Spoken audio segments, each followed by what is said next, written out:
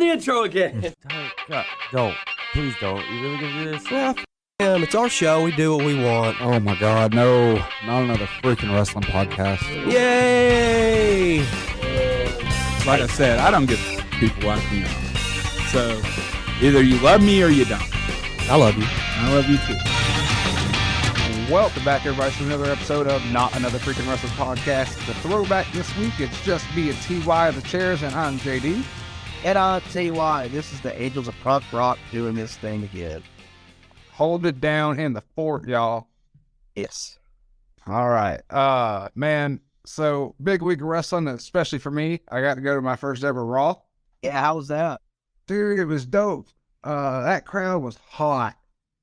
That was a hot-ass crowd, and it was cool as fuck to see live. And then, I watched it back on television the next day. They didn't pipe in any crowd noise for it. They didn't have to. That crowd was just lit all fucking night, dude. And, man, the moment Dom got on the mic in that for opening segment, just, showering booze down hard. Dude, there's that heat, man. You can't go wrong with, real good heat. Dom's got it, dude. Man, I could not hear a word he said in that segment live. I had to listen to it on television to see what he actually said, because just drowned the fuck out in that arena. Dude, it's awesome. That's heat like that, you can't run into it that often. Like how wrestling is these days. I got my first ever WWE wrestling shirt, a Rhea Ripley shirt. Got a She's My Mommy shirt. That was a wise choice. I probably would have picked that one myself. Man, I looked at all the shirts, and I'll be honest, because, I'm probably the only one on the podcast who's a Cody Rhodes fan. I thought about the Cody Rhodes shirt, but it also, it's too patriotic for me. Okay. So I just, I went with Mommy. I got you. So what you're telling me is the Cody Rhodes shirt's too much like the New England Patriots. Is that one? Yes. Yeah, man. Huh? Like Tom Brady with blonde hair. Yes, exactly. I got you. Yeah. So, yeah, we'll talk about Raw. I'll talk about it, at least from my experience being there. I watched it on television too, but I watched the Hulu version because I wasn't watching 3 hours of Raw again. By the way, dude, that is a 5-hour ordeal. We got there at about 5:30, doors opened or about 5:45, doors opened at 6. Or we're supposed to open at 6. They opened a little late, and got in there, and we were there till 11:30. So, no, we were there about 6 hours. Damn it, dude. As a promoter myself, thinking about running the show that long just gives me the heebie-jeebies. They do this every week. Man, it was intense. We got there when the doors opened. We didn't show up late. We were there right away. We're going to go to the merch tables immediately, but they were flooded. So we didn't go to merch. We went and found food and found our seats and sat down and checked it out. We had pretty good seats. We were in a section right across from Titantron, the first upper section above Titantron. So pretty great seats, second row from there. So I've got a good Raw story. So me and a couple of friends, one of them being Benjamin Carter, Nathan Frazier from NXT. Yeah. We all went to our first Raw, and it was in Knoxville. And Nathan Frazier was actually selling his own merch before the show went out, and he actually made a good penny. He made over $100. Damn. So good for him. So I was playing a game the whole time we were in line of picking out who I thought was independent wrestlers. I found about 11. Very good. I don't know the scene around here, but definitely, you know the look. You know the look. Yeah, right. Yeah, I got you. So, but yeah, we got there a little early, scoped it out, found our food, waited for the show to start. We watched main event. They taped main event beforehand. It was Dana Brooke and Emma was the first match. I don't remember who the second match was. It was kind of forgettable, to be honest with you. I was about to say, what was the crowd reaction to that? Because I figure, if you're doing a main event, you would want, your true curtain jerk to be, a good match on the main event, Crowd was dead. Most of them weren't there, to be honest with you. Okay. People were still out in the concourses getting merch or like getting food or something like we were.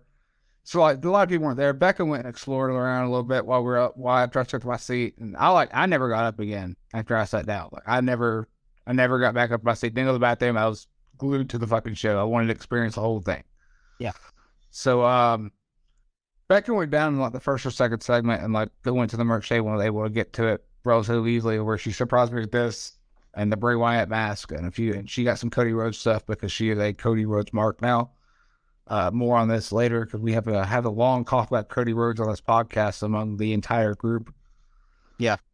But anyway, so that first segment, man, Sammy and Kevin, they're still really over, but they got to find something else to do with them quick. I agree with that. And that's not just from a crowd perspective because the crowd, yeah, like they're not as over as they were, but like, God, this is just, it's drug on so long.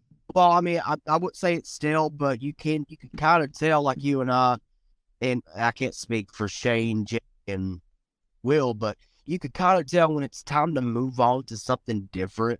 So I'm kind of hoping, like after Night of Champions, we can get there. Well, I appreciate what's happened within the bloodline. I just wish Sammy and Kevin didn't have to still be attached to it. Their story's over with them. Now it's just them being used to tell the bloodline story when you could plug almost anybody into that role. Exactly, yeah, and I agree with you on that. There's other tag teams out there that you can do something with. I'm kind of curious of what you would do with the models and stuff like that with Kevin and Sammy. For some reason, I think that's just hilarious. Man, they're really over. It was fun. Like I said though, Dom when the Judgment Day came out, my God, that kid has heat. Yeah. Hey, think about this. What if you would put Damian Priest and Dom in that tag team? I wouldn't say put the belts on them, but like put them in that role, like kind of put them in that spotlight for a little bit. I think after Night of Champions, that's what you're going to see. Yeah. There's Damian and Dom stepping into the tag team scene a little bit because you got Finn Balor probably going to be working in the main event scene for the belt. So I would assume Damian and Dom are going to be the tag team chasing the belts because they stated their intent to go after the tag belts. Yeah. So, just judging from it with Finn being in the world title tournament and being in the finals of Raw, I would say he's the one they're more likely to push the main event right now. Yeah. Even though they're still really high on Damian Priest, but they're also really high on Dominic Mysterio. Right. So, like, these three guys are getting the rub no matter what division they're working in. Yeah. And nothing hurts Damian and Dom from working with Kevin and Sammy. No, not oh no. Everyone benefits there. Yeah.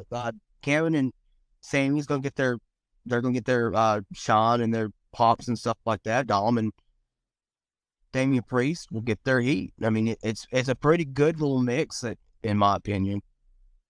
So on the flip side of Dominic having so much heat, Rhea Ripley is fucking over. Yeah. Yo, I joined in the mommy chants whenever it broke out immediately, and like that woman just but she's so good at getting the crowd to just like immediately boo her right after they pop for her. Mm-hmm. So she's good at turning it back around, but when she turns someday, she's got to be a huge baby face. Yeah, I mean, I'm not going to say it's a matter of time because I can't sense it being anytime soon. You know what I mean? Oh, no. But when it gets there within a year and a half, two at the most, yeah, people are going to love and they're just going to dig it. But yeah, that opening segment was real cool. Judgment Day can interact with Judgment Day can interact with Kevin and Sammy is good. Gets the tag team division moving along. Rhea Ripley stepping up to Kevin Owens is pretty cool. Yeah, that was awesome. Also, Kevin Owens made me laugh the fuck out loud when he did the whole he's like, they're here to fight, let's just fight. And he's like, Sammy's like, okay, you're up here. I know I started in 11. That's my fault. I started in 11. You're up here. I need you to bring it back down. We don't have a problem with them. And then Damian Priest is like, actually, I'd love to fight. Kevin Owens just anytime he's freaking out like that is hilarious. Yeah, that Kevin Owens has always been that guy to like get any kind of emotion out of anybody, whether to make somebody laugh, to make somebody cry, emotional, angry. Like he is the master manipulator of emotion. Becca asked me recently, I think at the show, what his gimmick actually was. And the way I described it to her was that his gimmick is that he is the only person on the show that actually goes home and rewatches the show so that he knows what everyone else is doing. Because he's the only one that's self-aware enough on the show to realize that, like, Ezekiel is Elias. Or, like, he's the only one to pick up on the shit and be like, no, that's bullshit. Yeah, he refuses to, like turn the other way and say, oh, yeah, okay, yeah, this person really is who this is. Or, you know what I'm talking about. Like, he's a realist. It's a good throwback to, like, when we were watching in the Attitude Era, because back then, they didn't treat us like we were children and like didn't pretend like the rest of the wrestlers weren't aware of what was going on, Yeah. So he's kind of a throwback to those days, and I appreciate that. I really do. I mean, it's just one of those people who doesn't want to insult your intelligence, and I appreciate that as well. Shinsuke Nakamura and The Miz. Shinsuke's pretty over. Oh, yeah. You think? Yeah. Since he came back, man, he's getting the good pops. Oh, yeah, dude. I love him. Yeah, I'm so happy to see Shinsuke Nakamura on my TV again. Like, I'm so happy. Him and The Miz were a solid fucking match, too. Were they not? Dude, I enjoyed. Might have been one of my favorite matches on Raw. And, like, Miz lately has been putting in some work on Raw. Like, that man has had 2 or 3 matches. Like, that match with Seth a few weeks back was spectacular. Like, that dude, Miz gets a lot of shit, but how far he's come in his career is amazing. Dude, think about this. John Cena got a lot of shit on him throughout his career, but his last 2 to 3 years, he was just on overdrive, putting on bangers after bangers after bangers. And I'm not saying that John Cena sucked back in his day. He had a job, he was told what to do, and he did well. But when it came to the work ethic and stuff like that, it's like he was like right on, and I'm seeing the exact same thing come out of The Miz. I think he deserves another world title run, personally. I think you give him another chance in that spot. Oh, a real world title run, not the transitional stuff he did for Bobby Lashley, which Bobby was way overdue at that point. I'm glad he finally got it, but Miz needs an actual title reign, and I'll stay down that hill, even though Jake and Shane will bitch at me for it. Okay, so I agree with you, JD, with The Miz. What I need to know is, are you going to do it with Roman Reigns? Is it going to be believable at that point? No.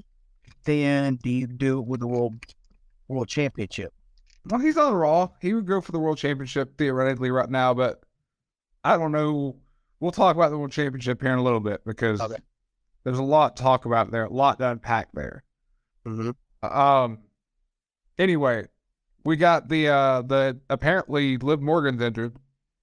Yeah, they announced it on Raw, which the live crowd didn't really understand because they were showing a video package of commentary was talking over it. So we just saw the video package.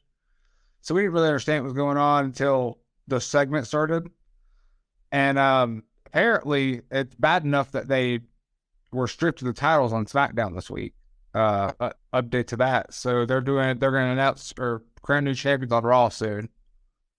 In a 4-way match. Another tournament? I don't think so. I think it's just going to be a 4-way match. Man, those titles feel a little cursed. Yeah, you're telling me, dude. I'm not saying take them down, but get a Ouija board, get some sage out, do something. It is. Before we went to commercial break, we had Imperium walk into the ring or towards the ring from backstage, and Akira Tozawa walked into the hallway in front of them. People looked up and immediately turned and walked out, and I have never laughed so hard. Man, I was fucking sitting in the stands dying laughing. I think I was the only one that saw it around me too, because I was just dead. Shit was funny as hell. Dude, I will live and die on the words that Walter or Gunther, whatever you want to call him, is the greatest wrestler alive in the world today. And you cannot change my mind on that. But I love Imperium. I love, God almighty. Bratel and Fabian Eichner. Is he going by Fabian Eichner now? Or is he going by Giovanni Vinci and Ludwig Kaiser. Okay, Kaiser and Ludwig Borga. I don't listen to him. Listen, I love the guys, I do, but when you change names constantly, I mean Gunther's and Walter, very easy. The other two, like I gotta write it up on my end. I do love the guys a lot. So we got the first video package with Seth Rollins, where he was doing a sit-down interview with Corey Graves. And it's about halfway through this interview where the live crowd realized Seth Rollins wasn't going to be on Raw. And they got a little pissed. You didn't hear that at the broadcast. I'll say that's probably the only time they edited the background noise out of anything, was that first Seth Rollins segment. Because they were like, fuck, he's not here. And I heard that from several people around me. Like, I was a little sad because I wanted to sing. Dude, like the Raw that I went to, Seth Rollins had worked with a lot. Was it? Yeah, he worked with Elias, and fucking phenomenal match. And I was so happy to see Seth Rollins live. And if I'm not mistaken, they were actually main event. Yeah, I would have loved to see him. Maybe sad we didn't, but maybe in the future. That sucks. But to close the show when we were at Raw, and you'll probably get to that when we're done here, was Kurt Angle just said, "Hey, thank you for coming out, and I'm an Olympic gold medalist," and that was it. It was awesome. We got the Imperium segment with Gunther and Imperium coming down to talk before the Battle Royal and introduce themselves to the Raw crowd. While it was on commercial break, one of the producers walked up to Gunther to pass him a note, and as he leaned down, he almost ate shit off of that commentary table. Again, I have never laughed so fucking hard in my life. Oh my God. I shouldn't laugh at that because Gunther's my favorite wrestler in the world. Oh, I love Gunther, but that shit was funny as hell, dude. Yeah. That match was great. He probably equally laughed at that than we did. Yeah. The Battle Royal was great. I didn't like that they kind of just threw out JD McDonough, Von Wagner, and Zion Quinn as debuts without any fanfare. They didn't get their own entrance. We didn't know who the hell they were. They were just in the match, and if you were in the live crowd, you were just like, "Is that? Yeah, I think it is." And that's how I recognize them. I would have put JT McDonough in the Final Four.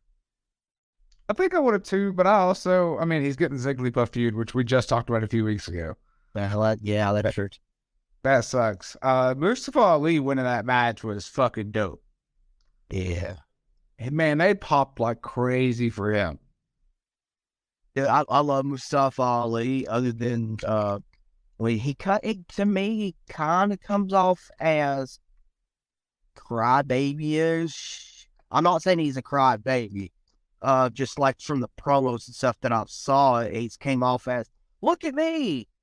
Well, he's doing a new gimmick where he's doing like this positive Ali, positively, and I think it's hilarious. The dude's just like, he walked up to who was it at the end of I forget who he walked up to after his match and backstage or at some point, and he's like, "It's okay, because you're just a big loser, and I'm a winner, because I think positive Ali." And dude, it was just fucking great. Like, I think it's a good gimmick for him, and he's working with it. I love him. I'm glad they're giving him something, and he's rolling with it. This is something that almost anybody could do. Becky was pretty over with the live crowd still. Give her that. Yeah. I'm sorry. Compared to, because I was curious about that too. Compared to live, being in the crowd, and on television, was there any kind of difference there? I feel like they pipe in crowd noise for a lot.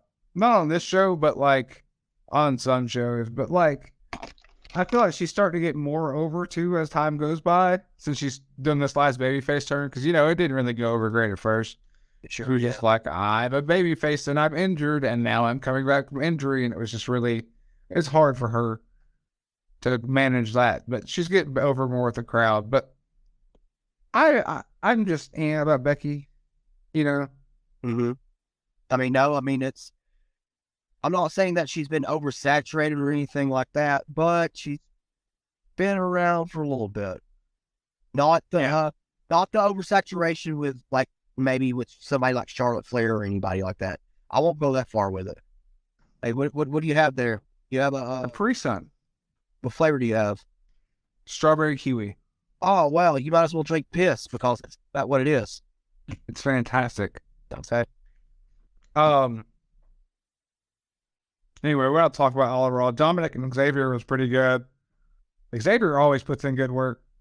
Oh yeah. Man, I love that dude. Just so fucking good.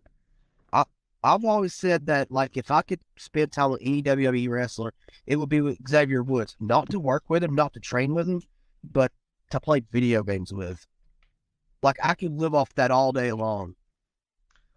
And a blink and you'll miss it notice after, or in a blink and you'll miss it notice moment. Finn Balor was right behind JD McDonough as he's being interviewed. Think he's going to be recruited for Judgment Day? I mean, that is his baby.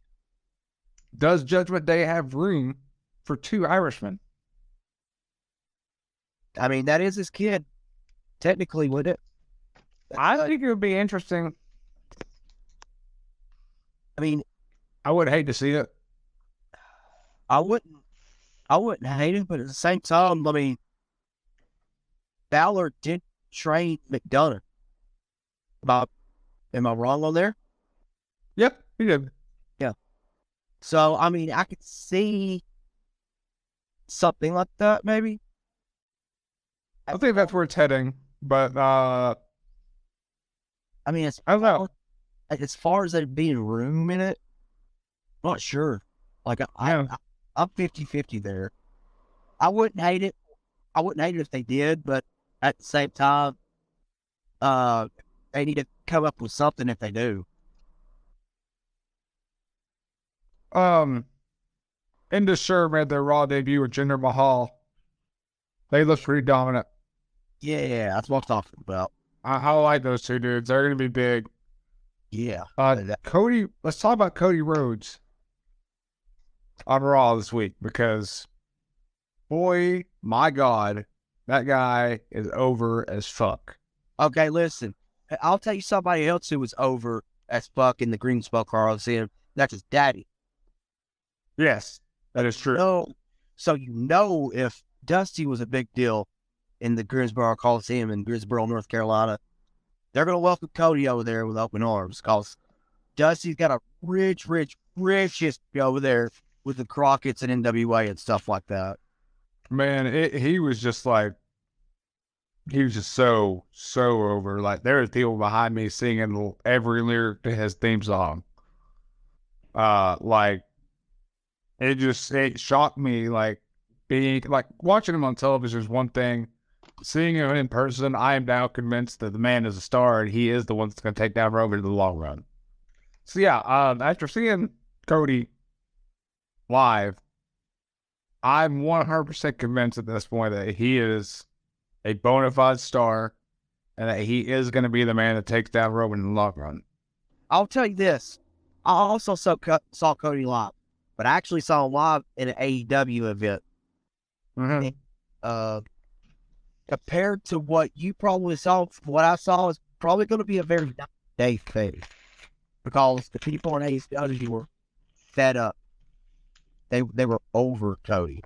They were like, well, even in Atlanta, they were like, we don't care.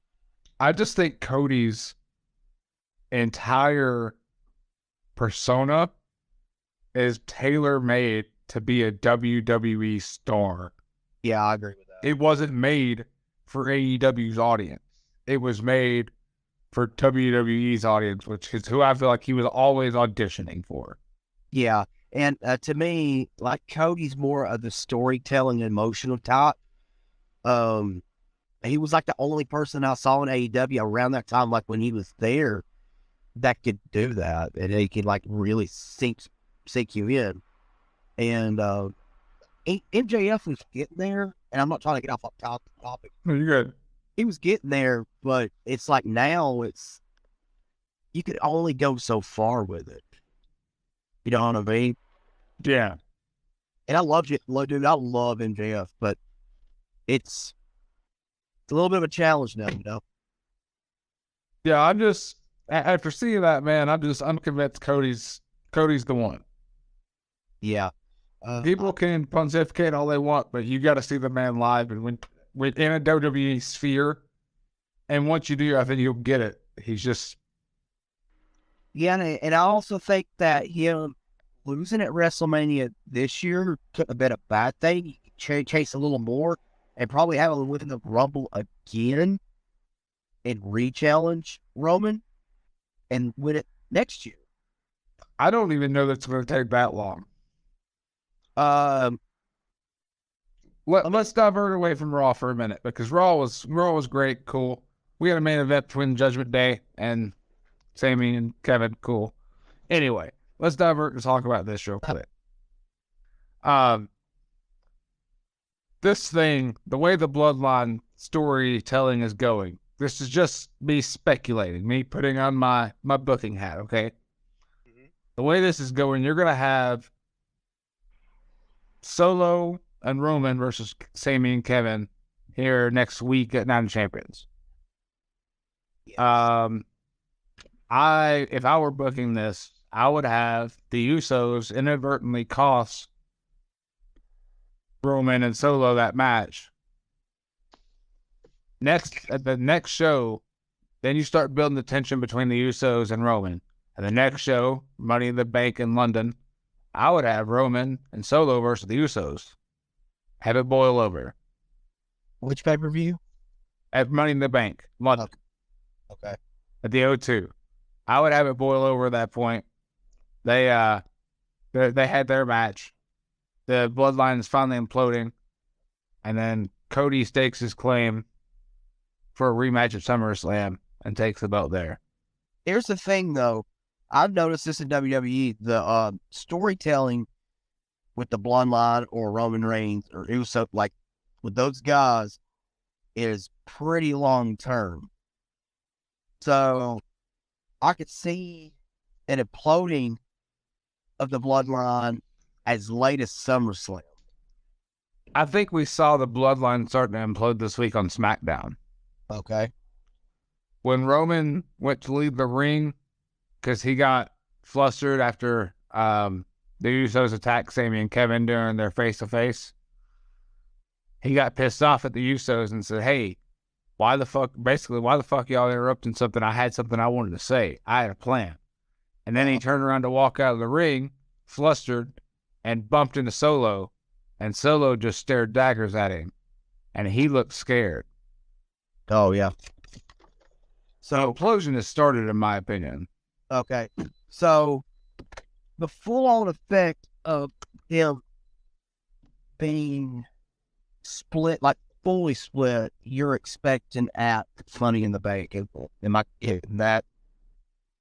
Yeah, that's where I think we're going to have the Usos versus Roman and Solo. Throughout the years of what I've seen with the Bloodline and Sami Zayn, for example.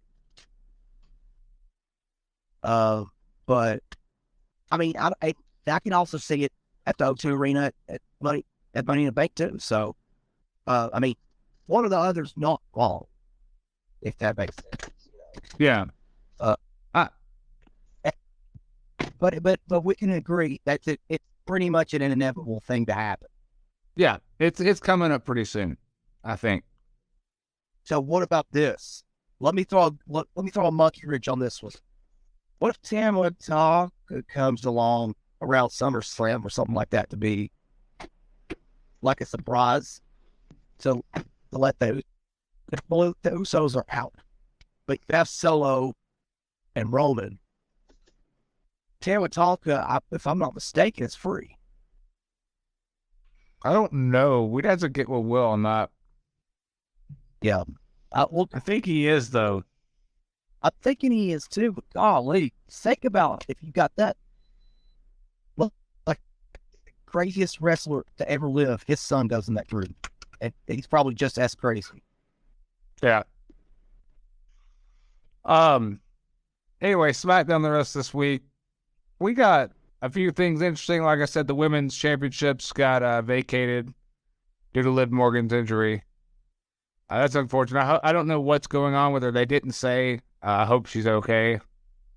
Yeah, I'm kind of hoping at this point it's a kayfabe thing, but regardless, I'll thoughts wishes to her. Yeah, her and Raquel are just starting to click, so I hope she gets back in the ring pretty quick. Yeah, I mean that goes back to what you're saying. Those belts are cursed. Yeah, I mean, well, speaking of which, we got a return of Ronda and Shayna at the Raw in Greensboro. They're probably going to get the belts next. They're in the match. Yeah, no offense to Shayna, but gross. Yeah, me either. Shayna's going to be huge someday, though. Yeah. She should have already won a women's title and ball. Yeah. Long overdue. Yeah, Yeah. Looks definitely long overdue. Anything else this week you wanted to cover? I've actually been kind of on the down low in the wrestling part because work has picked up for me like insane. It's been an insane week at work. Oh, dude, I feel that.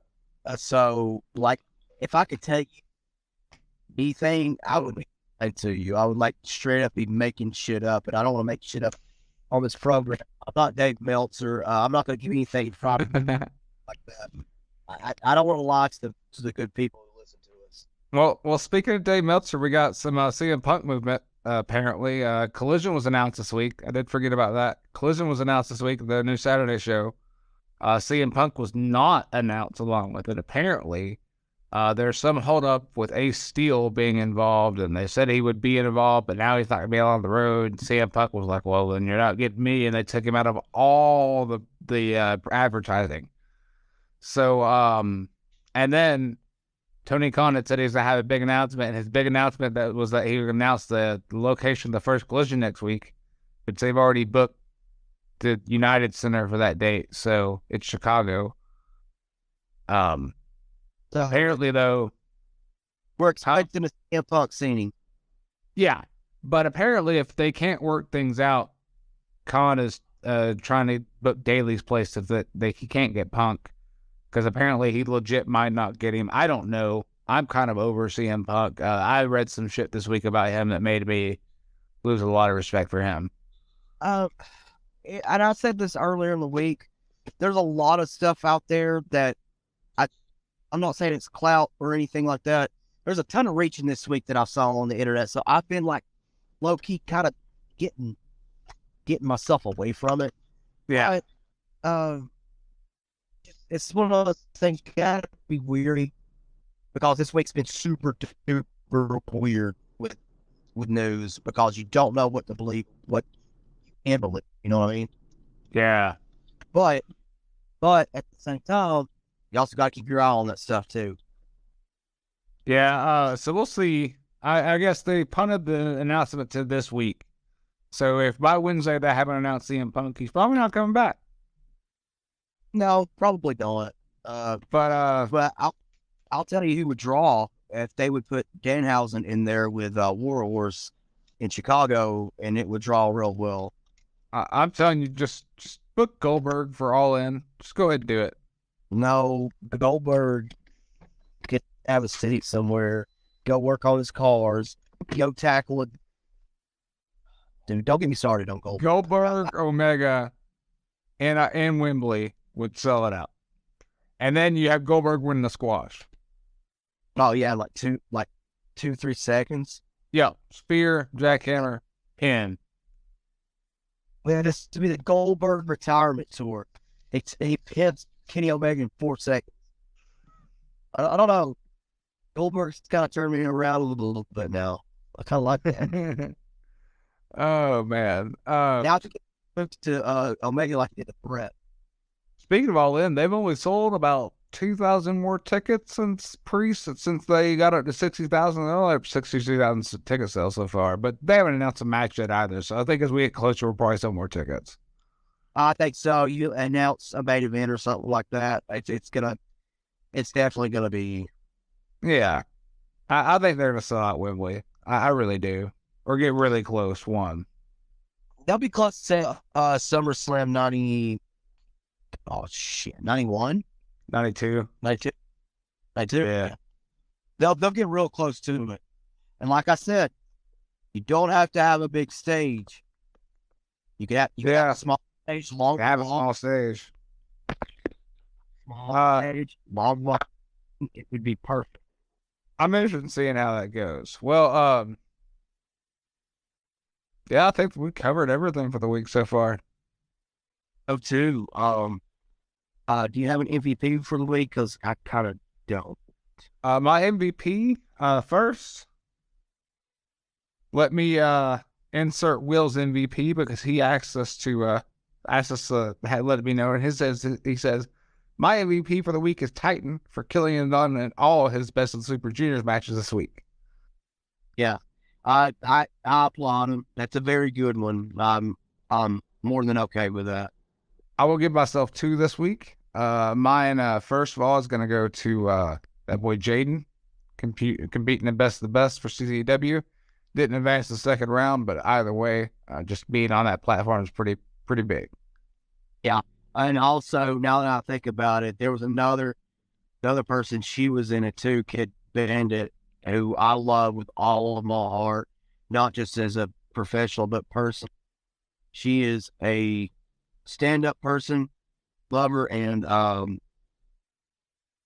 also in the Best of the Best at CCW, and congratulations her as well. As long Aiken and there. And my other MVP is going to be Dominic Mysterio for that insane he had with the live crowd. Yeah, nothing new. Like, had a lot of good. I think I've nominated him for MVP like 3 times now. Yeah. Well, since you nominated him MVP for 3 times, I want to nominate Douglas Sanders for the 3rd weekend. He won his 3-way match against Devin Air and Kevin Ryan to open the show at Pro South. So Douglas, I'm a Doug addict for you, and you're awesome. I love you. Awesome. Well, everybody, thank you so much for listening. We won't have a second episode this week since it's just a 2-man crew.